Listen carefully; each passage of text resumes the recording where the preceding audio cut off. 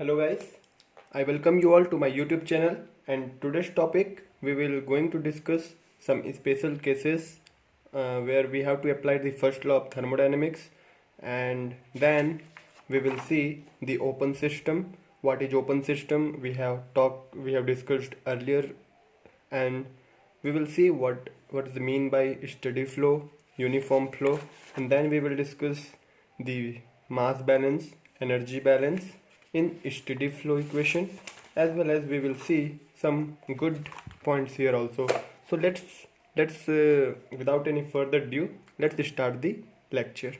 So here in the case 1, let us consider that there is a one container which comprises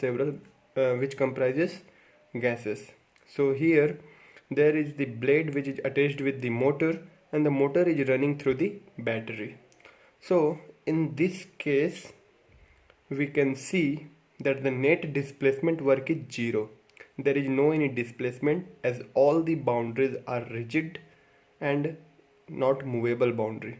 So the displacement work is 0. But as the displacement work is 0, we cannot say that net work is also 0, because this is our boundary and the electrical work is transferring across the boundary. So there is a net electrical work which is going into the system, hence work will be definitely negative.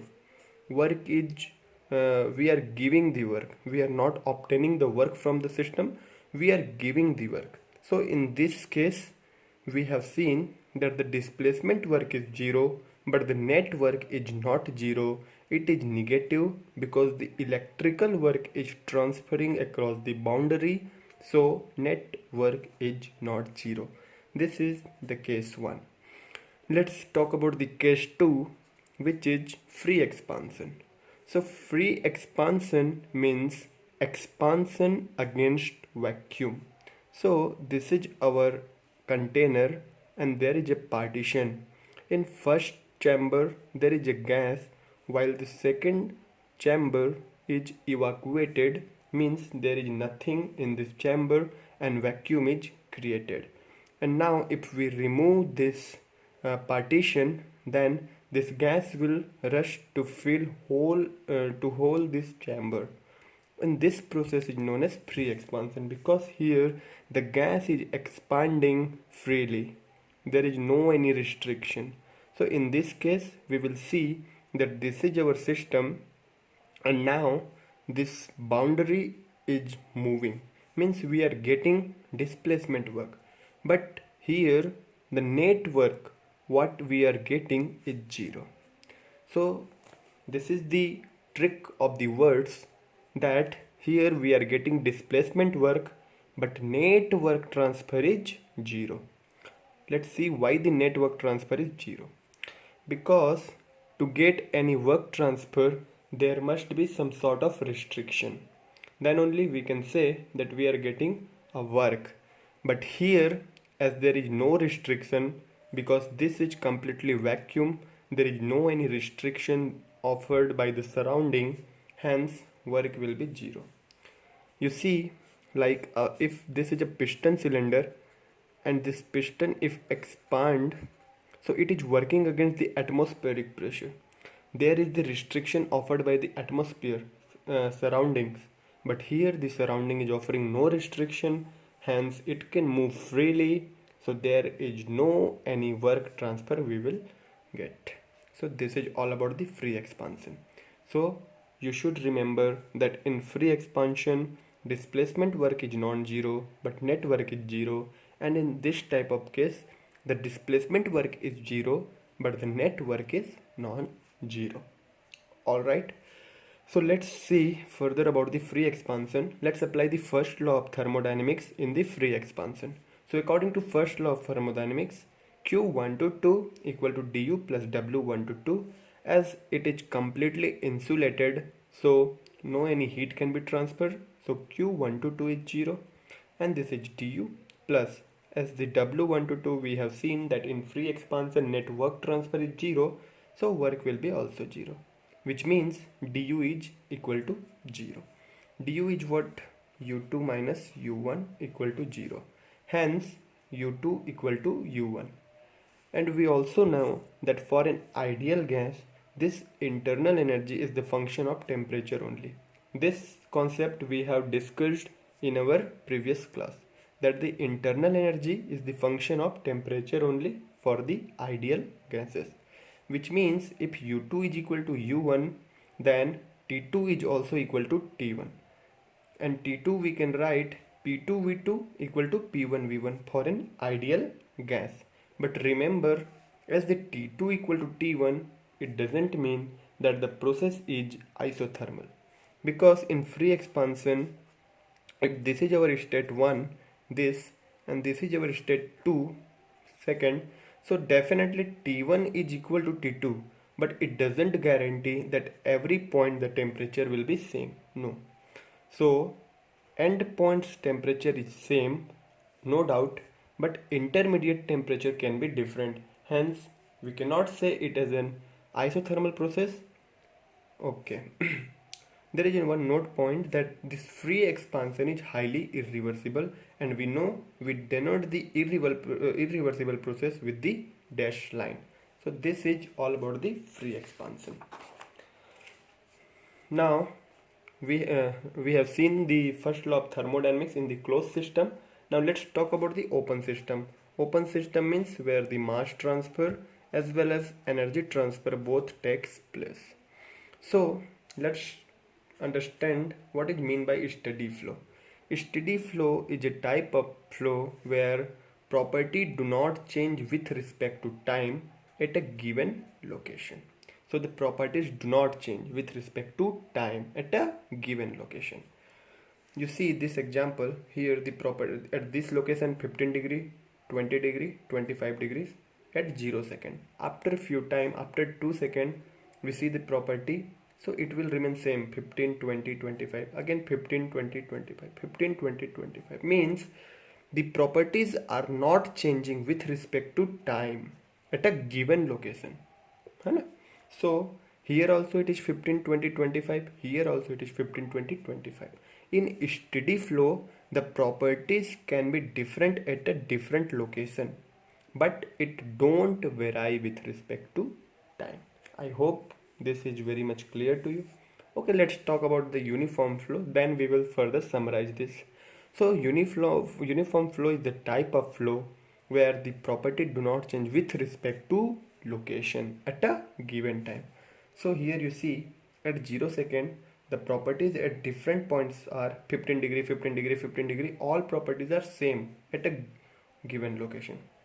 Okay, here after 0 to 5 second, you see the properties has changed, but it is uniform 20, 20, 20, 20, 20, 20, 20. After 10, it is 20, 30, 30, 30, 30, 30 everywhere. So in uniform flow, the properties do not change with respect to location at a given time. So here you see at all locations the properties are same, but the properties change with respect to time. Here properties do not change with respect to time at a given location. Here properties do not change with respect to location at a given time. So here you can see the properties may vary at different location. Here you can see the property may vary at different instant of the time. So this is all about steady flow, uniform flow. I hope. Okay, by this example you can very much understand this topic quite comfortably. Now moving ahead, let's talk about the open system steady flow. So we have seen what is meaning by the steady flow. So the first concept we should see is the mass balance. Mass balance is based on the conservation of mass. So the accumulation of the mass is given by net mass in minus m dot out. This dot denotes the rate, okay, with respect to time, kg per second. So the accumulation of the mass is the mass input minus mass output. For example, you see if this is the system, here the net mass input is 10 kg per second and net mass output is 8 kg per second, then we can say that every second 2 kg of mass is getting accumulated within this system. So this mass accumulated across the control volume along this. In control volume, this mass is equal to mass in 10 minus 8. So mass in minus mass out is what? Mass accumulated in the control volume. But for the steady flow, whatever rate it is coming, then it will be same rate it is going. So there is no any accumulation of the mass. So for the case of steady flow, the m dot control volume is equal to 0, which means if this is 0, m dot in equal to m dot out, and the m dot, the mass flow rate, which is kg per second, is given by rho1 a1 v1 equal to rho2 a2 v2, where rho is density, a is area, v is velocity. And also this rho we can say is a specific volume, so a1 v1 by specific volume 1 equal to a2 v2 specific volume 2, and this concept is applicable for the steady flow. Okay, let's see some open system work, that what are the work transfer in the open system. So let us consider that this is our open system, where mass is coming in, mass is going out, and there is the energy transfer. So here we are getting two type of work. First one is external work, which crosses the boundary of this system, like heat also, like work also. So this heat and work is what? External work. And there is a flow work. There is a concept of flow work also. What is flow work? Flow work is the work responsible for flow of liquid because of normal fluid force. So you see, this is our system. So here this fluid element is pushed by this adjacent fluid element, and it has to do some work to enter into this boundary. In the same case here with this fluid element, this fluid adjacent to this element, it pushed out this element, so some sort of work is required na. So flow work is the work responsible for flow of liquid because of normal fluid force, and this flow work is given by formula P into V. Here you see in this entry region, work is done on the system, and according to sign convention, on the system means negative, hence at entry we will get minus of P1 V1, and then at exit we are getting work from the system. So according to sign convention, it is positive work, so at exit we will get positive work plus P2 V2. So this is the type of open system work. Now we have seen the mass balance. Now let's see energy balance. Similar to the mass balance, energy balance is based on the conservation of energy. So net energy accumulated in control volume is net energy in, and the rate of energy out. Similar way what we have discussed in the mass balance. So for the steady flow, here also this E dot control volume is 0. So if this is 0, the rate of energy input equal to rate of energy output. So let us derive the energy equation, steady flow energy equation, which is in short we will SFEE, steady flow energy equation in short. So this is our what? Control volume. This is the our intake. Here we are having outlet. Let us the mass flow rate m dot 1 and m dot 2. This is the velocity v1, this is the pressure, this is internal energy, and this is specific volume or volume. And the z1 is what? From the datum, the height of the inlet, and the same at the outlet also. So now we have seen here, we have seen just now that according to mass balance, m dot 1 equal to m dot 2, let it is m dot, same. And also according to energy balance, we have seen that E dot input, the rate of the energy at input equal to energy rate at output, let us see. So what is the E dot 1 here? At entry, what are the energies available? So you see here we are having U1 dot, this all we have written in terms of rate, means with respect to time. We are not dealing with here kilojoule, we are dealing with here rate, kilojoule per second. So here the energy available here is the internal energy plus kinetic energy, as here we are having the motion, plus as due to this height position we are having potential energy, kinetic energy, potential energy, internal energy, as well as the input is the what, q dot 1. So these all are the energy input.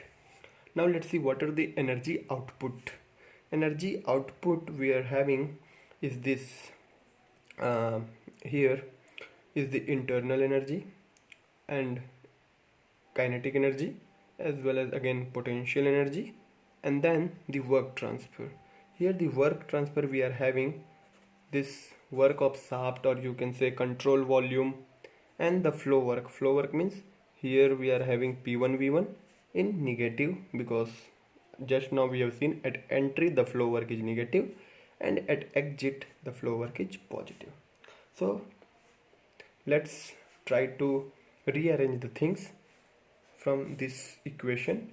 E dot 1 equal to E dot 2 means U1 plus kinetic energy plus potential energy plus Q equal to U2 plus kinetic energy plus potential energy plus this work of control volume minus PV plus PV.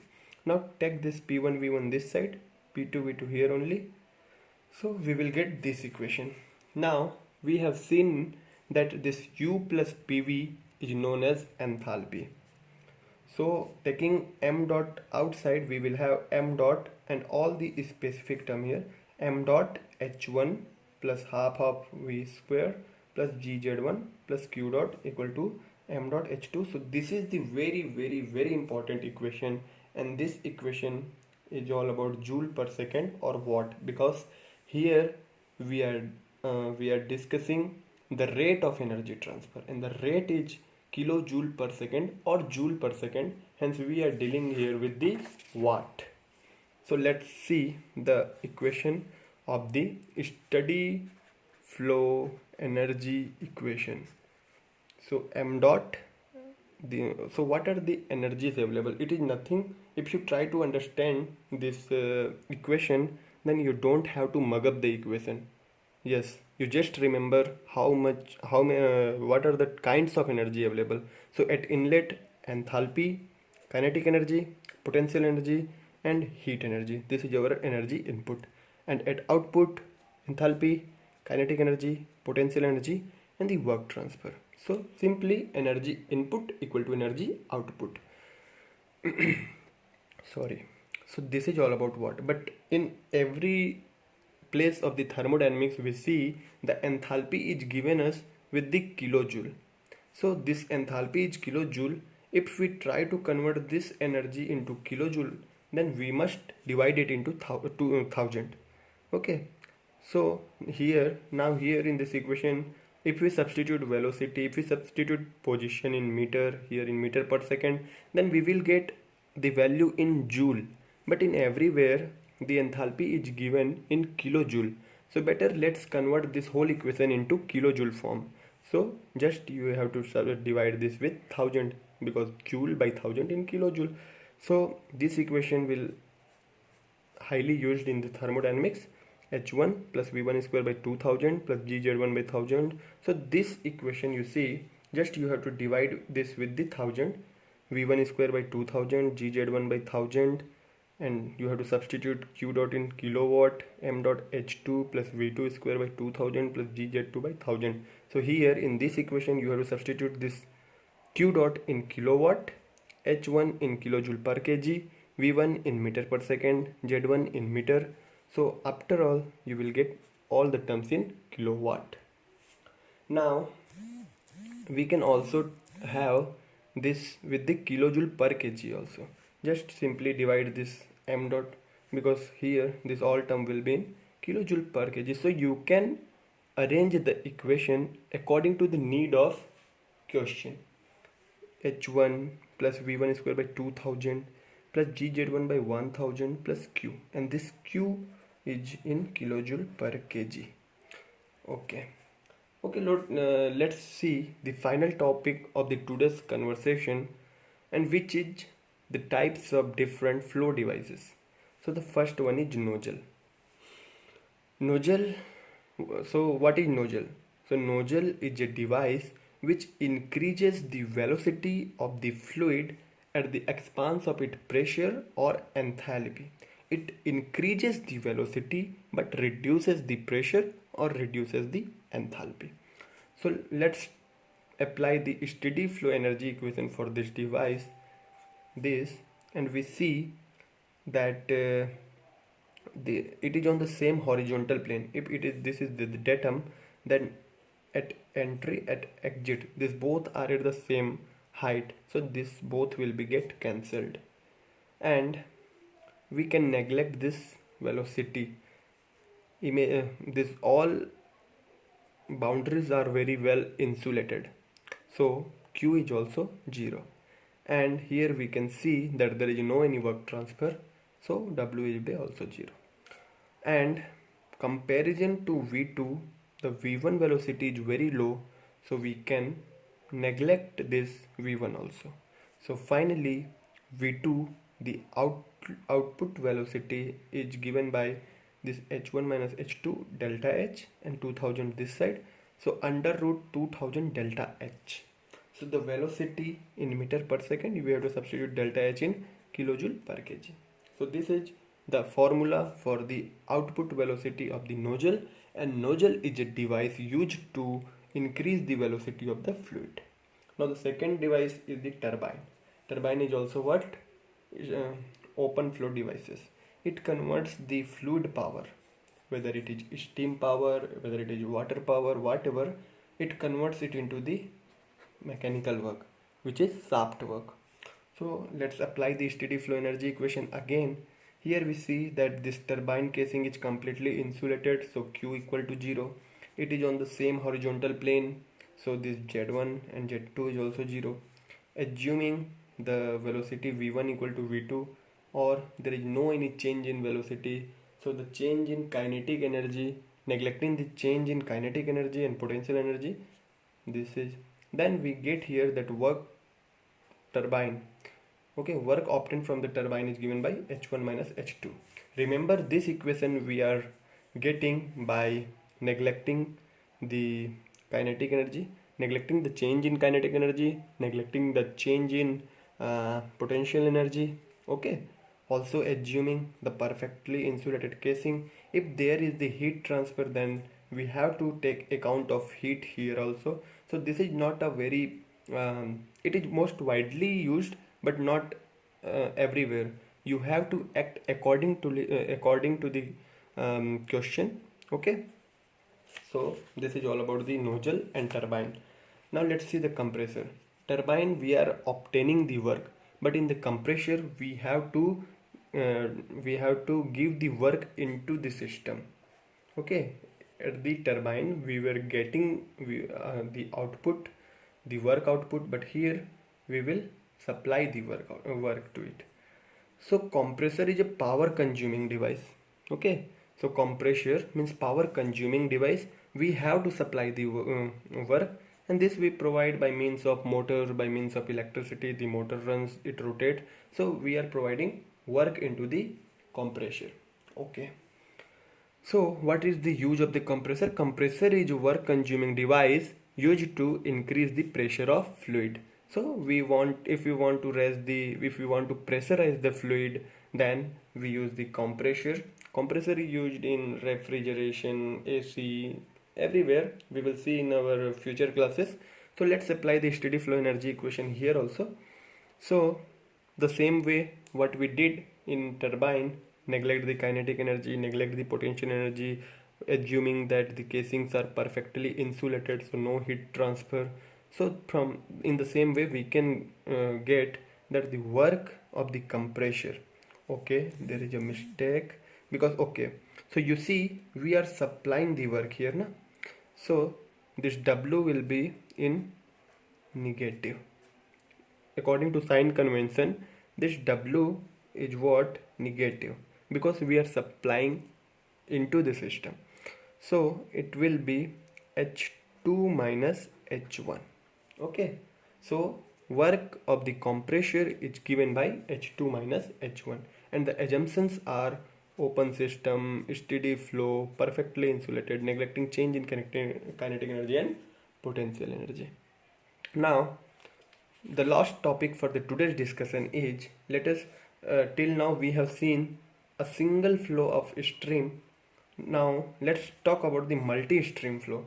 Like there are more than one inlet and more than one outlet, or two inlet, one outlet, or one inlet, two outlets. So you can apply this equation for the multi-stream flow. So you have to stick with the basics, okay?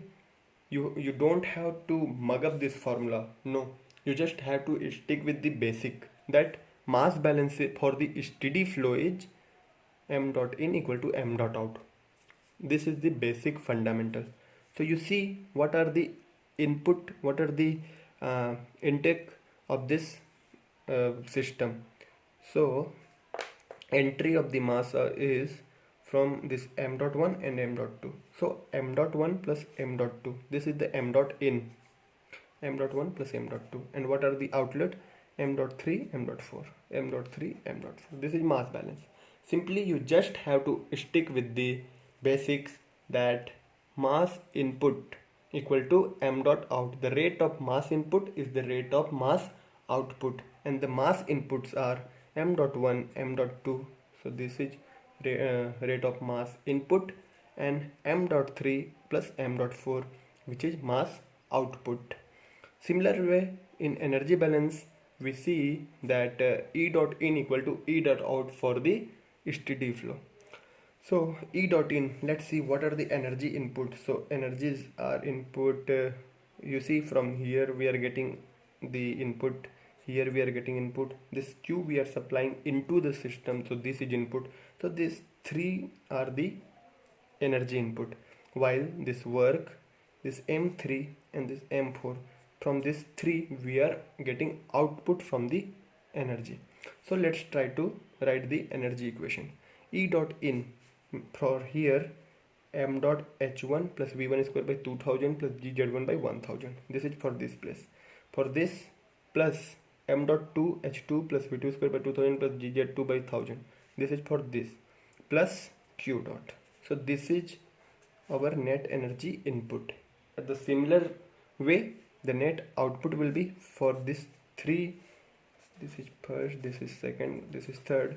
So for this 3, region 3, m dot 3 h3 plus v3 square by 2000 plus gz3 by 1000. And for this 4, m dot 4 h4 plus v4 square by 2000 plus gz4 by 1000. And finally this output is w dot cv. So this is what we have seen so far.